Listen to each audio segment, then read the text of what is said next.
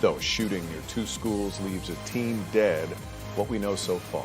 Glad you're with us tonight. I'm Matt Austin. And I'm Lisa Bell. You're watching News 6 at 5:30. Melbourne police tell us the 16-year-old was shot and killed just before 7 last night. Officers were called to the area of Xavier Drive and Marshall Avenue for reports of shots fired. As News 6 reporter James Sparvero discovered, this is not the first time something has happened there. I was working here in May when Melbourne police said there was another shooting, but back then, no one was hurt. Wednesday night, tragically, police say a 16-year-old was shot and killed. I listened to dispatch recordings, trying to learn more than the initial press release tells us. And Melbourne Police and Fire Wednesday night reported that right here at Marshall and Xavier, they recovered the gun. One caller advising that the silver Honda Odyssey was 45ing the residence.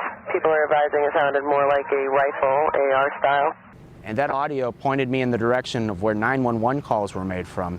This neighborhood, by the way, it's very close to University Park Elementary School, and it's also close to Florida Tech. I just heard a bunch of automatic gunfire. Sean here is a student at Eastern Florida.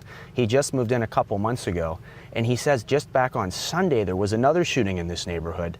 I found this bullet hole through a garage. I'm on my way to Cedar Drive now.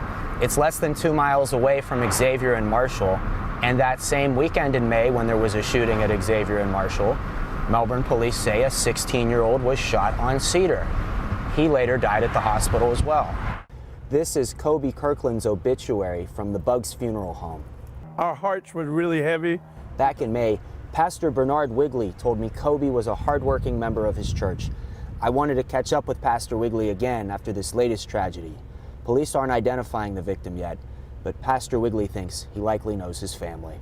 Pastor, when you hear of another young life lost to gun violence here in this city, how does that make you feel?